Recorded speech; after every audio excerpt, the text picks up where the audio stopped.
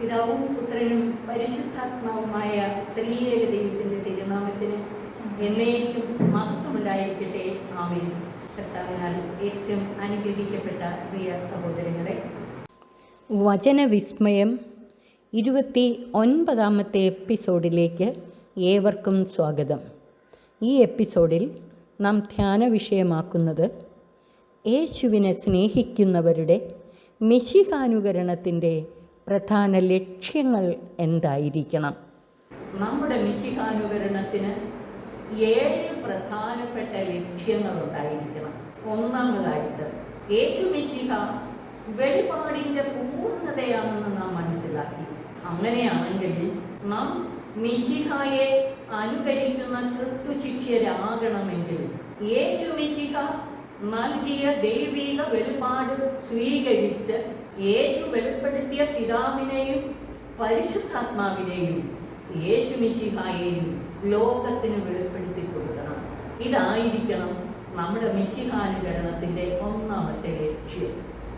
യേശു പിതാവിൻ്റെ പൂർണ്ണ വെളിപാടായിരുന്നു. പിതാവിനെ പൂർണ്ണമായി വെളിപ്പെടുത്തി. പരിശുദ്ധ റൂഹ തമ്പുരാനെയും വെളിപ്പെടുത്തി തന്നു.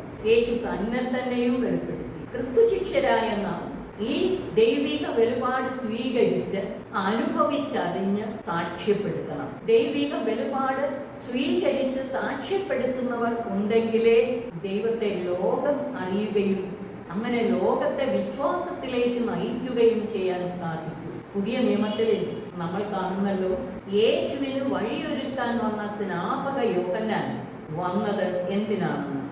അവൻ വഴി മറ്റുള്ളവരെ വിശ്വാസത്തിലേക്ക് നയിക്കാൻ. സ്നാപക യോഹന്നാൻ യേശുവിലൂടെ നൽകപ്പെട്ട ദൈവിക വെളിപാട് സ്വീകരിച്ച് അവൻ വഴി മറ്റുള്ളവർ യേശുവിൽ വിശ്വസിക്കാൻ ഇടയായി. ഇതുപോലെ യേശുവിൻ്റെ ശിഷ്യരായ നമ്മൾ വഴി ലോകം പിതാവിനെ അറിയണം, പരിശുദ്ധാത്മാവിനെ അറിയണം, പുത്രൻ തമ്പുരാനെയും അറിയണം. യേശുവിലൂടെ നൽകിയ ദൈവിക വെളിപാട് സ്വീകരിച്ച് സാക്ഷ്യപ്പെടുത്തുന്നവരായിരിക്കണം ക്രിസ്തുശിഷ്യർ. ശിഷ്യത്വത്തിന്റെ പൂർണ്ണതയാണല്ലോ സന്യാസം. അങ്ങനെയാണെങ്കിൽ സന്യസ്തർ ഈ ദൗത്യത്തിന് വഴികാട്ടികളായിരിക്കണം. ദൈവിക വെളിപാട് നമ്മൾ സ്വീകരിച്ച് പൂർണ്ണമായും അത് ഉൾക്കൊണ്ട് അനുഭവിച്ച് മറ്റുള്ളവർക്ക് സാക്ഷ്യപ്പെടുത്തി കൊടുക്കുകയും ക്രിസ്തുശിഷ്യരെല്ലാവരും ഇതുപോലെ ദൈവിക വെളിപാട് സ്വീകരിച്ച് സാക്ഷ്യപ്പെടുത്തുന്നവരാകാൻ വേണ്ട മാതൃക നൽകുകയും വേണം. യേശുവിലൂടെ നൽകിയ ദൈവിക വെളിപാട് സ്വീകരിച്ച് യേശുവിലേക്കും യേശുവിലൂടെ പിതാവിലേക്കും ദൈവജനത്തെ നയിക്കുന്നവരാകണം. ഇതാണ് നമ്മുടെ മിശിഹാനുകരണത്തിൻ്റെ ഒന്നാമത്തെ ലക്ഷ്യം. രണ്ടാമതായിട്ട്, യേശു ലോകത്തിന് പാപമോചനവും രക്ഷയും നൽകാൻ വേണ്ടി പിതാവിനാൽ അയക്കപ്പെട്ടവനാണ്. യോഹന്നാൻ ശ്ലീഹായുടെ സുവിശേഷം 1:29 സ്നാപക യോഹന്നാൻ യേശുവിനെ സാക്ഷ്യപ്പെടുത്തുന്നത് ഇതാ ലോകത്തിന്റെ പാപം നീക്കുന്ന ദൈവത്തിന്റെ കുഞ്ഞാട് എന്ന് പറഞ്ഞുകൊണ്ടാണ്. അവൻ ലോകത്തിന്റെ പാപം നീക്കുന്ന ദൈവത്തിന്റെ കുഞ്ഞാട് എന്ന് പറയുമ്പോൾ അതിനുപയോഗിച്ചിരിക്കുന്ന ഗ്രീക്ക് പദം എടുത്തു നോക്കിയാൽ ലോകത്തിന്റെ പാപം വേരോടെ പിഴുതു മാറ്റുക, നീക്കിക്കളയുക എന്നാണ്. യേശു ലോകത്തിന്റെ പാപം നീക്കിക്കളയുന്ന കുഞ്ഞാടാണ്, ദൈവത്തിന്റെ കുഞ്ഞാട്. എങ്ങനെയാണ് യേശു ലോകത്തിന്റെ പാപം നീക്കുന്ന കുഞ്ഞാടായി തീർന്നത്? വിശുദ്ധ യോഹന്നാൻ ശ്ലീഹായുടെ സുവിശേഷത്തിന്റെ വീക്ഷണത്തിൽ എല്ലാ പാപങ്ങൾക്കും അടിസ്ഥാന കാരണം വിശ്വാസമില്ലായ്മയാണ്. യേശുവിൽ വിശ്വസിക്കാത്തതാണ് എല്ലാ പാപങ്ങൾക്കും അടിസ്ഥാന കാരണം. ദൈവം ലോകത്തിലേക്ക് അയച്ച തൻ്റെ ഏകജാതനിൽ വിശ്വസിക്കാത്തതുകൊണ്ട് മനുഷ്യരക്ഷയ്ക്കായി ദൈവം അയച്ചു തന്ന ഏകമാർഗമായ യേശുവിൽ വിശ്വസിക്കാത്തതാണ് എല്ലാ പാപങ്ങൾക്കും അടിസ്ഥാന കാരണം. യേശു ലോകത്തിന്റെ പാപം നീക്കുന്ന ദൈവത്തിന്റെ കുഞ്ഞാടായി തീർന്നത് എങ്ങനെയാണെന്നറിയാമോ? അവിടുന്ന് പരമപിതാവായ ദൈവത്തെയും പരിശുദ്ധാത്മാവിനെയും പൂർണ്ണമായി ലോകത്തിന് വെളിപ്പെടുത്തി കൊടുത്തു. എന്നിട്ട് ലോകത്തെ വിശ്വാസത്തിലേക്ക് നയിച്ചു. പിതാവായ ദൈവത്തെ പൂർണ്ണമായും ലോകത്തിന് വെളിപ്പെടുത്തി കൊടുത്തു. യേശു പിതാവിനെ പൂർണ്ണമായി വെളിപ്പെടുത്തിയത് തൻ്റെ കുരിശിലെ യാഗത്തിലൂടെയാണ്. യോഹന്നാൻ ശ്ലീഹായുടെ ഭാഷയിൽ പറഞ്ഞാൽ തൻ്റെ ഏകജാതനെ നൽകാൻ തക്കവിധം ദൈവം ലോകത്തെ അത്രമാത്രം സ്നേഹിച്ചു. യോഹന്നാൻ ശ്ലീഹായുടെ സുവിശേഷം 3-ാം അധ്യായം 16-ാം വാക്യം. 1 യോഹന്നാൻ 4:10 പറയുന്നു, നാം ദൈവത്തെ സ്നേഹിച്ചു എന്നതിലല്ല, ദൈവം നമ്മെ സ്നേഹിക്കുകയും നമ്മുടെ പാപങ്ങൾക്ക് പരിഹാരമായി സ്വപുത്രനെ ബലിയായി നൽകുകയും ചെയ്തു എന്നതിലാണ് സ്നേഹം. ഈ ദൈവപിതാവിൻ്റെ സ്നേഹം അതിൻ്റെ പൂർണ്ണതയിൽ യേശു മിശിഹായിലൂടെ വെളിപ്പെടുത്തപ്പെട്ടു. ഈ വെളിപാട് സ്വീകരിച്ച് ദൈവജനത്തെ വിശ്വാസത്തിലേക്ക് നയിക്കുവാൻ വേണ്ട പ്രബോധനങ്ങളും യേശു നിരന്തരം നൽകി. അപ്പോൾ നമുക്കെങ്ങനെ ഈ ദൗത്യത്തിൽ പങ്കുചേരാൻ കഴിയും?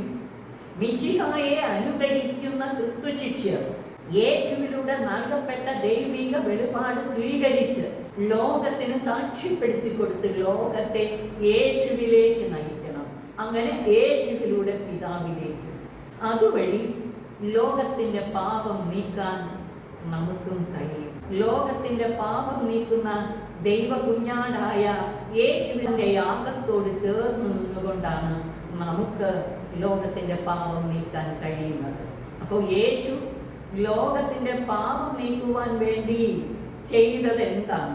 ഒന്നാമതായിട്ട് പിതാവിനെ പൂർണ്ണമായും ലോകത്തിന് വെളിപ്പെടുത്തി കൊടുത്ത് ലോകത്തെ വിശ്വാസത്തിലേക്ക് നയിച്ചു, യേശുവിലൂടെ പിതാവിലേക്ക്.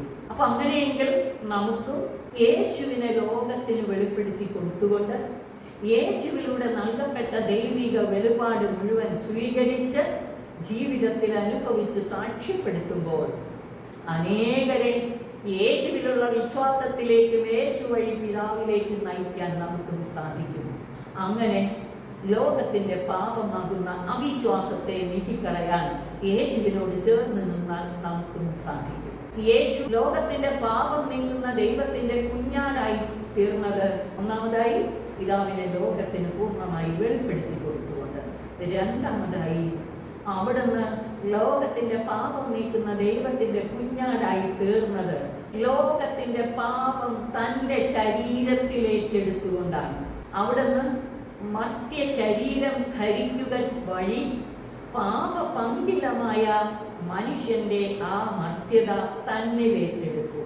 അവിടുത്തെ ശരീരത്തിൽ പാടുപീഡകൾ ഏറ്റ് കുരിശിൽ മരിച്ചുയർത്തെഴുന്നേറ്റുകൊണ്ട് ഈ പാപത്തെ നീക്കിക്കളയുന്ന കുഞ്ഞാടായി മാറി.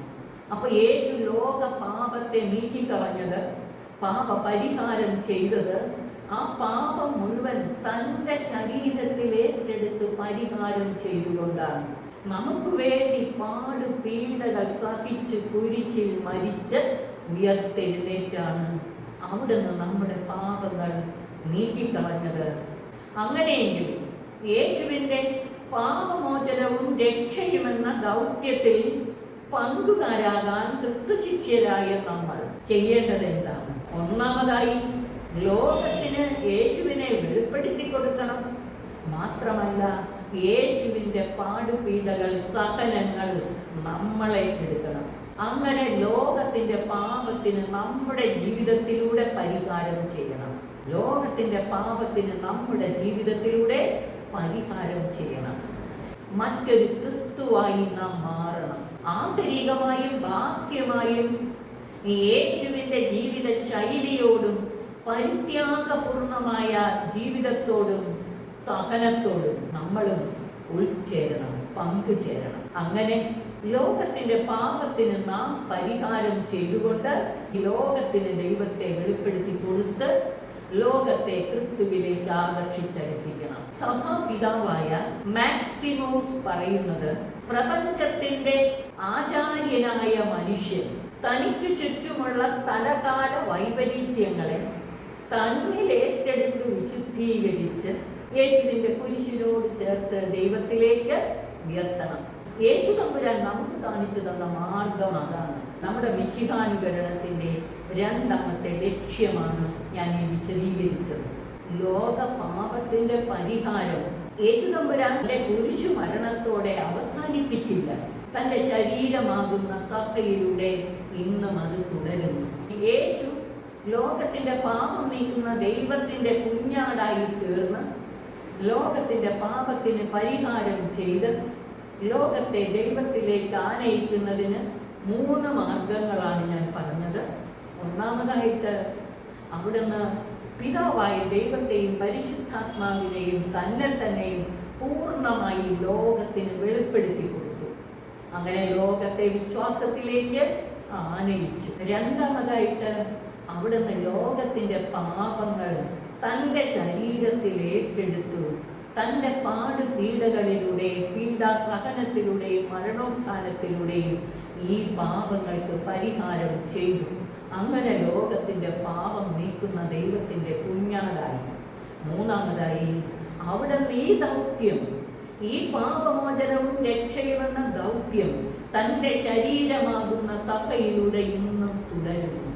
നമുക്കും ഈ സഭാഗാത്രത്തിൽ പങ്കുചേർന്നുകൊണ്ട് യേശുവിൻ്റെ ഈ രക്ഷാകര ദൗത്യത്തിൽ പങ്കുചേരാം.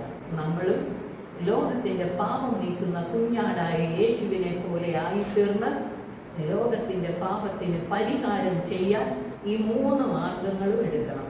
ഒന്നാമതായി ദൈവത്തെ ലോകത്തിന് വെളിപ്പെടുത്തി കൊടുക്കണം. രണ്ടാമതായി ലോകത്തിൻ്റെ പാപങ്ങൾക്ക് പരിഹാരമായി തൻ്റെ ശരീരത്തിൽ പാടുപീഡകൾ ഏറ്റെടുക്കുമ്പോൾ തൻ്റെ സഹനങ്ങൾ എല്ലാം ലോകത്തിൻ്റെ വിശുദ്ധീകരണത്തിനായി സമർപ്പിക്കാം.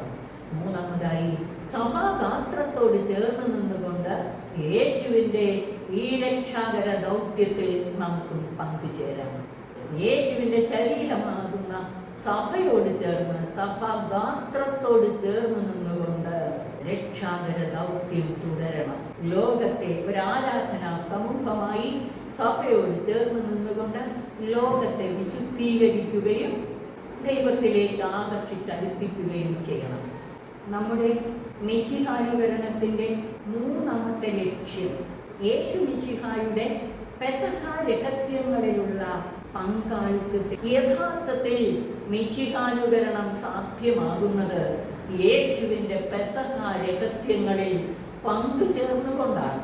ധന്യൻ മാർ ഇവാനിയോസ് പിതാവ് പറയുന്നത്, നമുക്ക് മിശിഹാനുകരണത്തിനുള്ള ഉത്തമ മാർഗം യേശു മിശിഹായുടെ പെസഹായിൽ ഉൾച്ചേരുകയാണ്.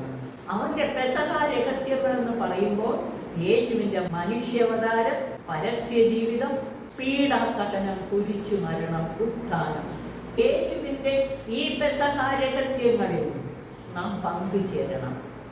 മനുഷ്യാവതാരം, പരസ്യ ജീവിതം, പീഡാസഹനം, കുരിശുമരണം, ഉത്ഥാനം. ഉദ്ധിതനായ കർത്താവ് സ്വർഗാരോഹണം ചെയ്ത് പരമപിതാവിൻ്റെ സന്നിധിയിൽ ഇന്ന് നമുക്ക് വേണ്ടി മധ്യസ്ഥം വഹിച്ചുകൊണ്ടിരിക്കുകയും ചെയ്യുന്നു. അതായത് യേശുവിൻ്റെ പെസഹ രഹസ്യങ്ങൾ ആന്തരികമായി നാം ഏറ്റെടുക്കണം. നമ്മുടെ ജീവിതത്തിലൂടെ അത് പുനരനുഭവിക്കുകയും പുനരാവിഷ്കരിക്കപ്പെടുകയും ചെയ്യണം. അവിടുത്തെ പെസഹ രഹസ്യങ്ങൾ നമ്മുടെ ജീവിതത്തിൽ പുനരനുഭവിക്കണം. ലോകത്തിന് പുനരാവിഷ്കരിച്ചു കൊടുക്കുകയും വേണം. നമ്മുടെ ജീവിതത്തിൽ യേശു എങ്ങനെ ഈ പെസഹ രഹസ്യങ്ങളിൽ ഉൾച്ചേർന്നോ അതുപോലെ നമ്മുടെ ജീവിതത്തിൽ നാം അത് അനുഭവിക്കണം. അതാണ് പുനരനുഭവിക്കണം എന്ന് പറഞ്ഞത്. ഒപ്പം അത് ലോകത്തിന് പുനരാവിഷ്കരിച്ചു കൊടുക്കുകയും വേണം. അങ്ങനെ യേശുവാകുന്ന ദിവ്യ യാഥാർത്ഥ്യത്തിൻ്റെ ദൃശ്യമായ ആവിഷ്കരണങ്ങളായി മാറും നമ്മുടെ ജീവിതം. യേശുവിൻ്റെ പെസഹ രഹസ്യങ്ങളിൽ നമ്മുടെ ജീവിതത്തിലൂടെ പുനരനുഭവിച്ച് ലോകത്തിന് പുനരാവിഷ്കരിച്ചു കൊടുക്കുമ്പോൾ യേശുവാകുന്ന ദിവ്യ യാഥാർത്ഥ്യത്തിൻ്റെ ആവിഷ്കരണം ആയി മാറും നമ്മുടെ ജീവിതങ്ങൾ. അങ്ങനെ നാം മറ്റൊരു ക്രിസ്തുവായി കാണപ്പെടും. ഇതാണ് യഥാർത്ഥ സാക്ഷ്യമെന്ന് പറയുന്നത്. നമ്മുടെ മിശിഹാനുകരണത്തിൻ്റെ 4ാമത്തെ ലക്ഷ്യം തിന്മയുടെ മേൽ വിജയം വരിച്ച് ഭൂമിയിൽ ദൈവഭരണം സംജാതമാക്കുക. തിന്മയുടെ മേൽ വിജയം വരിച്ച് ഭൂമിയിൽ ദൈവഭരണം സംജാതമാക്കുക എന്നതാണ്. യഥാർത്ഥത്തിൽ തിന്മയെ കീഴടക്കിയത് യേശുവിൻ്റെ കുരിശു മരണത്തിലാണ്. അപ്പൊ യേശു എപ്രകാരം തിന്മയെ കീഴടക്കിയോ, യേശുവിൻ്റെ ജീവിതത്തിലൂടെ എപ്രകാരം ഭൂമിയിൽ ദൈവഭരണം സംജാതമാക്കിയോ, ഈ ദൗത്യം നമ്മുടെ ജീവിതത്തിലും തുടരണം. തിന്മയെ കീഴടക്കി പ്രപഞ്ചത്തെ, ലോകത്തെ ദൈവഭരണത്തിന് കീഴിലാകണം. ആദ്യം നാം തിന്മയുടെ മേൽ വിജയം വരിച്ച് നാം തന്നെ ദൈവഭരണത്തിന് കീഴിലാകണം. തിന്മയെ നന്മ കൊണ്ട് ജയിക്കുകയും വേണം. തിന്മയെ നന്മ കൊണ്ട് ജയിക്കുകയും വേണം. അപ്പോൾ ഭൂമിയിൽ ദൈവഭരണം സംജാതമാകും. യേശുവിലൂടെ ദൈവഭരണം സംജാതമായി. യേശുവിലൂടെ സംജാതമായ ദൈവഭരണം ഇന്ന് സഭയിലൂടെ അതിൻ്റെ യുഗാന്ത പൂർത്തീകരണത്തിലേക്ക് നയിച്ചുകൊണ്ടിരിക്കുകയാണ്. ദൈവഭരണത്തിന്റെ യുഗാന്ത പൂർത്തീകരണം, മിശിഹാനുകരണം നമ്മുടെ ജീവിതത്തിൽ യാഥാർത്ഥ്യമാകുന്നതിന് നാം നമ്മുടെ ജീവിതത്തിലൂടെ തിന്മയെ കീഴടക്കി നാം ദൈവഭരണത്തിന് കീഴിലായി നമ്മിലൂടെ സകലരെയും ദൈവഭരണത്തിന് കീഴിലേക്ക് കൊണ്ടുവരണം. അപ്പൊ യേശുവിലെല്ലാം പൂർത്തിയാക്കിയില്ലേ? യേശുവിലൂടെ പൂർത്തിയാക്കിയതിന്റെ ഒരു യുഗാന്ത പൂർത്തീകരണം സഭയിലൂടെ നമ്മിലൂടെ നടക്കണം. യേശുവിലൂടെ ദൈവഭരണം സംജാതമായി. ആ ദൈവഭരണം നമ്മിലൂടെ വ്യാപിക്കണം. പരിശുദ്ധാത്മാവിന്റെ സഹായത്താൽ നമ്മിലൂടെ ഈ ദൈവഭരണം വ്യാപിക്കണം. സഭാഗാത്രത്തിലെ അവയവങ്ങളാകുന്ന നമ്മുടെ ജീവിതത്തിലൂടെ ദൈവഭരണം വ്യാപിക്കണം. യുഗാന്ത പൂർത്തീകരണത്തിലേക്ക് നയിക്കണം. നാം സഭയോട് ചേർന്ന് നിന്നുകൊണ്ട് ദൈവരാജ്യത്തിന്റെ യുഗാന്ത പൂർത്തീകരണം ലക്ഷ്യം വെച്ച് ജീവിക്കണം. യേശുവിലൂടെ പൂർത്തിയാക്കിയ സംജാതമാക്കിയ ദൈവഭരണം അതിൻ്റെ ഒരു ഭാവി പൂർണ്ണത ഇന്ന് നമ്മിലൂടെ നടക്കുന്നു. അതിൻ്റെ യുഗാന്ത പൂർത്തീകരണം യാഥാർത്ഥ്യമാകണം. പരിശുദ്ധാത്മാവാണ് ഇതിന് നമ്മെ സഹായിക്കുന്നത്. അപ്പോൾ നമ്മുടെ മിശിഹാനുകരണത്തിന്റെ 4ാമത്തെ ലക്ഷ്യം തിന്മയെ കീഴടക്കി ഭൂമിയിൽ ദൈവഭരണം സംജാതമാക്കുക. യേശു നമ്മെ പഠിപ്പിച്ച പ്രാർത്ഥനയിൽ എന്താണ് പറയുന്നത്? യേശു നമ്മെ പഠിപ്പിച്ചത് നമ്മൾ ഇപ്രകാരം പ്രാർത്ഥിക്കണം: അങ്ങയുടെ നാമം പൂജിതമാകണം, അങ്ങയുടെ രാജ്യം വരണം, അങ്ങയുടെ ഇഷ്ടം സ്വർഗത്തിലെ പോലെ ഭൂമിയിലും ആകണം. സ്വർഗവും ഭൂമിയും ഒന്നായി തീരണം. അങ്ങനെ നാം എല്ലാവരും ദൈവഭരണത്തിന് കീഴിൽ വരണം. യേശുവിലുള്ള വിശ്വാസം വഴി തിന്മയെ കീഴടക്കി സകലരെയും ദൈവഭരണത്തിന് കീഴിലേക്ക് ആനയിക്കണം. ഇത് നമ്മുടെ ജീവിത ലക്ഷ്യമാകണം. നമ്മിലൂടെ ഈ ലക്ഷ്യബോധം മറ്റുള്ളവർക്ക് കൊടുക്കുകയും ചെയ്യണം. 5ാമതായി, യേശു പിതാവിൻ്റെ ഇഷ്ടം നിറവേറ്റുകയും അവൻ്റെ വേല പൂർത്തിയാക്കുകയും ചെയ്തതുപോലെ നമ്മളും ആയിത്തീരണം. യേശു പറഞ്ഞു, എന്നെ അയച്ചവൻ്റെ ഇഷ്ടം നിറവേറ്റുകയും അവൻ്റെ വേല പൂർത്തിയാക്കുകയുമാണ് എൻ്റെ ഭക്ഷണം. യോഹന്നാൻ ശ്ലീഹായുടെ സുവിശേഷം 4:34. എന്നെ അയച്ചവൻ്റെ ഇഷ്ടം നിറവേറ്റുകയും അവൻ്റെ വേല പൂർത്തിയാക്കുകയും ചെയ്യുകയാണ് എൻ്റെ ഭക്ഷണം. പിതാവിൻ്റെ വേല എന്താണ്? രക്ഷാകര പദ്ധതി. അപ്പൊ യേശു പിതാവിൻ്റെ ഇഷ്ടം നിറവേറ്റുകയും അവൻ്റെ വേല പൂർത്തിയാക്കുകയും ചെയ്യാൻ, അതായത് സകലരെയും പിതാവിലേക്ക് ആകർഷിച്ചടുപ്പിക്കുവാൻ.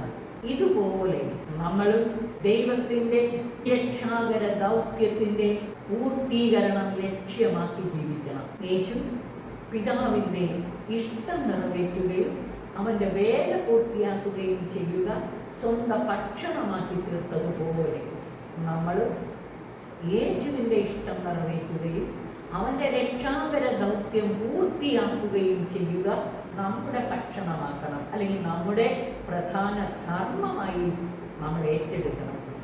പിതാവായ ദൈവത്തിൻ്റെ രക്ഷാകര ദൗത്യം പുത്രനിലൂടെ പൂർത്തിയാക്കപ്പെട്ടു. പക്ഷേ സഭയിലൂടെ പരിശുദ്ധാത്മാവ് മുഖാന്തരം അതിൻ്റെ യുഗാന്ത പൂർത്തീകരണത്തിലേക്ക് നയിച്ചുകൊണ്ടിരിക്കുകയാണ്. രക്ഷാകര പദ്ധതിയുടെ യുഗാന്ത പൂർത്തീകരണം. ദൈവരാജ്യത്തിൻ്റെ കാര്യം പറഞ്ഞതുപോലെ യേശുവിൽ പൂർത്തിയാക്കിയ രക്ഷയുടെ തലമുണ്ട്. നമ്മിലൂടെ ഇന്ന് പൂർത്തിയാക്കപ്പെടേണ്ട ഒരു ഭാവി പൂർണ്ണതയുണ്ടതിന് യുഗാന്ത പൂർത്തീകരണത്തിൻ്റെ ഒരു തലം. ആദ്യം യേശുവിലൂടെ പൂർത്തിയാക്കിയ ദൈവപിതാവിൻ്റെ വേല, രക്ഷാകര ദൗത്യം നമ്മൾ തിരിച്ചറിയണം. അതിന് പുത്രൻ ചെയ്തതൊക്കെ തിരിച്ചറിയണം. അത് കഴിഞ്ഞിട്ട് സഭയിലൂടെ അവിടെ നീ രക്ഷാകര ദൗത്യം തുടർന്നുകൊണ്ടിരിക്കുകയാണ്. അതിൻ്റെ യുഗാന്ത പൂർത്തീകരണത്തിലേക്ക് നയിച്ചുകൊണ്ടിരിക്കുകയാണ്. അപ്പം നമ്മിലൂടെ ഈ യേശുവിലൂടെ പൂർത്തിയാക്കിയ രക്ഷാകര ദൗത്യത്തിൻ്റെ ഒരു ഭാവി പൂർണ്ണത നമ്മിലൂടെ നിറവേറണം. ഇത് അതിൻ്റെ യുഗാന്ത പൂർത്തീകരണം. അതിന് നമ്മൾ നമുക്ക് ചുറ്റുമുള്ളവരെ സകലരെയും അടുത്ത തലമുറയെ നന്നായി ഒരുക്കണം. ഈ മേഖലയിൽ അവരുടെ ദൗത്യമായി ജീവധർമ്മമായി ഏറ്റെടുക്കാൻ കഴിയണം.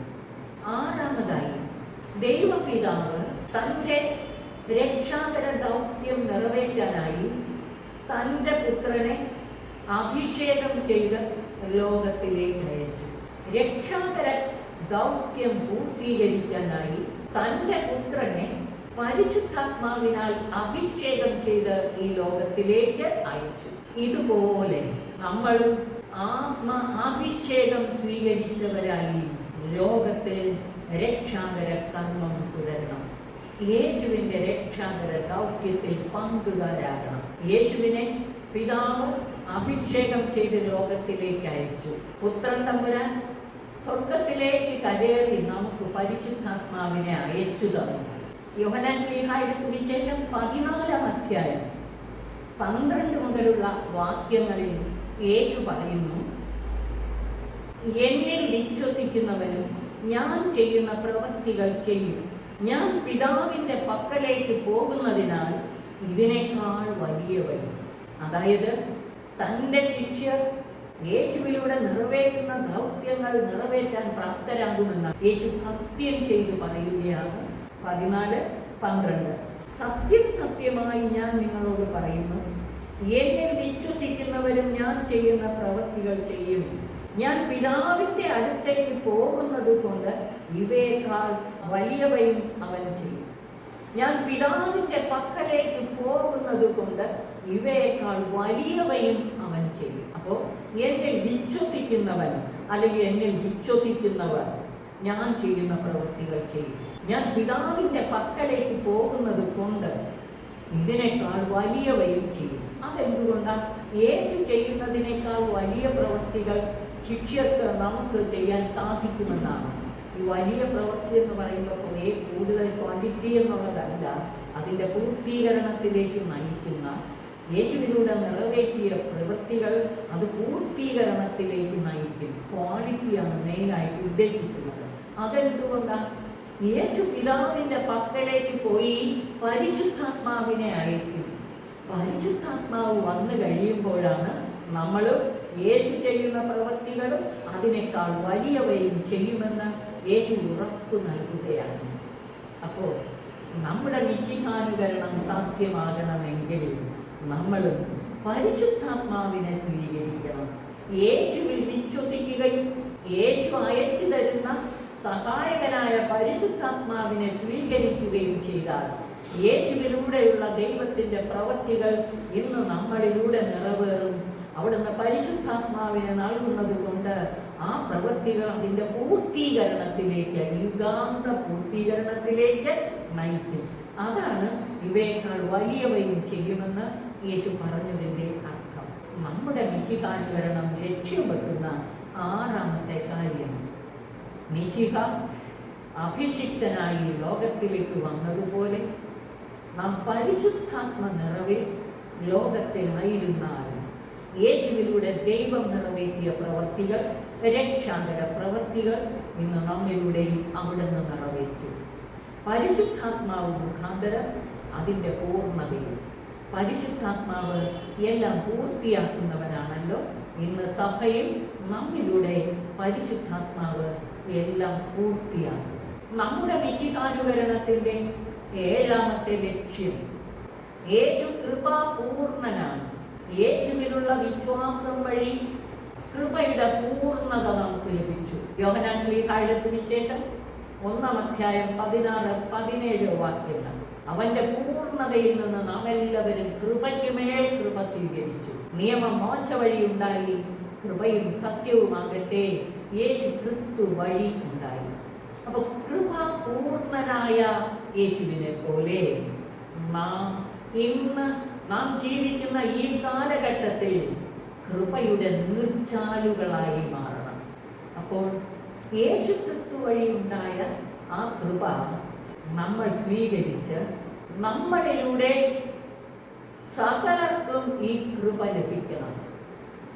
യേശുവിലൂടെ നമുക്ക് കൃപയ്ക്കുമേൽ കൃപ എന്ന് പറഞ്ഞ സമൃദ്ധമായ കൃപ നൽകപ്പെട്ടു. അങ്ങനെയെങ്കിൽ യേശുവിൽ വിശ്വസിക്കുന്ന നമ്മിലൂടെയും ഈ കൃപയുടെ പൂർണ്ണത ലോകത്തിന് കൊടുക്കാൻ ലഭിക്കാനിടയാകണം. അതുകൊണ്ടാണ് ഞാൻ പറഞ്ഞത്, നമ്മൾ കൃപയുടെ നീർച്ചാലുകളായി മാറണം. യേശുവാകുന്ന കൃപാപ്രവാഹത്തോട് ചേർന്നിരുന്നുകൊണ്ട് നമ്മൾ കൃപയുടെ നീർച്ചാലുകളായി മാറണം. ലോകത്തിന് ഈ കൃപ ഒഴുക്കിക്കൊടുത്തുകൊണ്ട് രക്ഷയുടെ അനുഭവത്തിലേക്ക് സകലരെയും ആനയിക്കുവാൻ. ധന്യൻ മാറിവാനിയോസ് പിതാവ് പറയുന്നത്, യേശുവിന്റെ കുന്തത്താൽ തുറക്കപ്പെട്ട തിരുവിലാവിൽ നിന്ന് നമ്മുടെ ഹൃദയങ്ങളിലേക്ക് കൈത്തോടുകൾ വെട്ടിവെക്കാനാണ്. കൈത്തോടുകളാണ് കൂദാശകൾ. പ്രത്യേകിച്ച് വിശുദ്ധ കുംഭസാരവും പരിശുദ്ധ കുർബാനയും നാം നിരന്തരം സ്വീകരിക്കുന്ന കൂദാശകളാണ്. അതിലൂടെ നമ്മിലേക്ക് ദൈവത്തിൻ്റെ കൃപ പ്രവഹിക്കും. നാം കൃപയാൽ നിറഞ്ഞാൽ നമ്മുടെ ജീവിതങ്ങൾ കൃപയുടെ നീർച്ചാലുകളായി മാറും. അനേകരെ ഈ കൃപാപ്രവാഹത്തോട് നാം ചേർത്ത് നിർത്തണം. യേശുവിൻ്റെ കുന്തത്താൽ കുത്തി തുറക്കപ്പെട്ട തിരുവിലാവിൽ നിന്ന് ഒഴുകുന്ന ആ രക്തവും വെള്ളവും നമുക്കറിയാം കൂദാശകളെയാണ് സൂചിപ്പിക്കുന്നത്. കൂദാശകളിലൂടെ നമ്മിലേക്ക് പ്രവഹിക്കുന്ന ദൈവത്തിൻ്റെ കൃപ നമ്മൾ ഉൾക്കൊണ്ട് ലോകത്തിന് ഒഴുക്കി കൊടുക്കണം.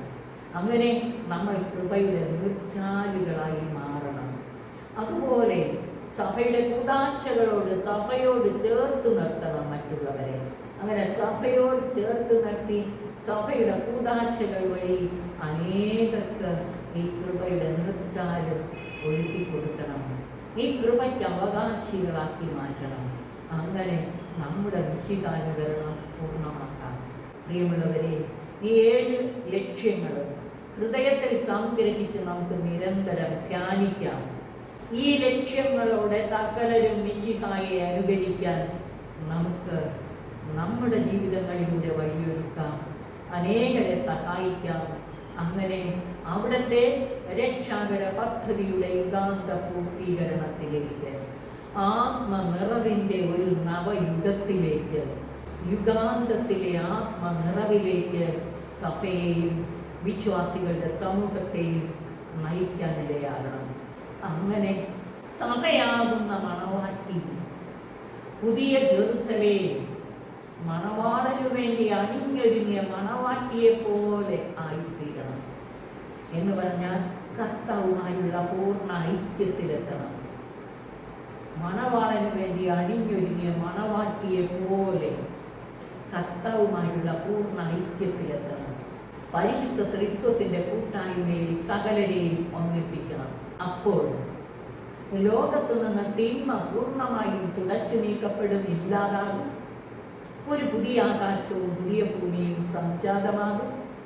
നമ്മുടെ കർത്താവിൻ്റെ മഹത്വപൂർണമായ പുനരാഗമനത്തിന് വഴിയൊരുങ്ങും. സർവശക്തൻ അതിനായി നമ്മെ അനുഗ്രഹിച്ച് ആശീർവദിക്കട്ടെ. പിതാവിനും പുത്രനും പരിശുദ്ധാത്മാവിനും സ്തുതി, ആദ്യം മുതൽ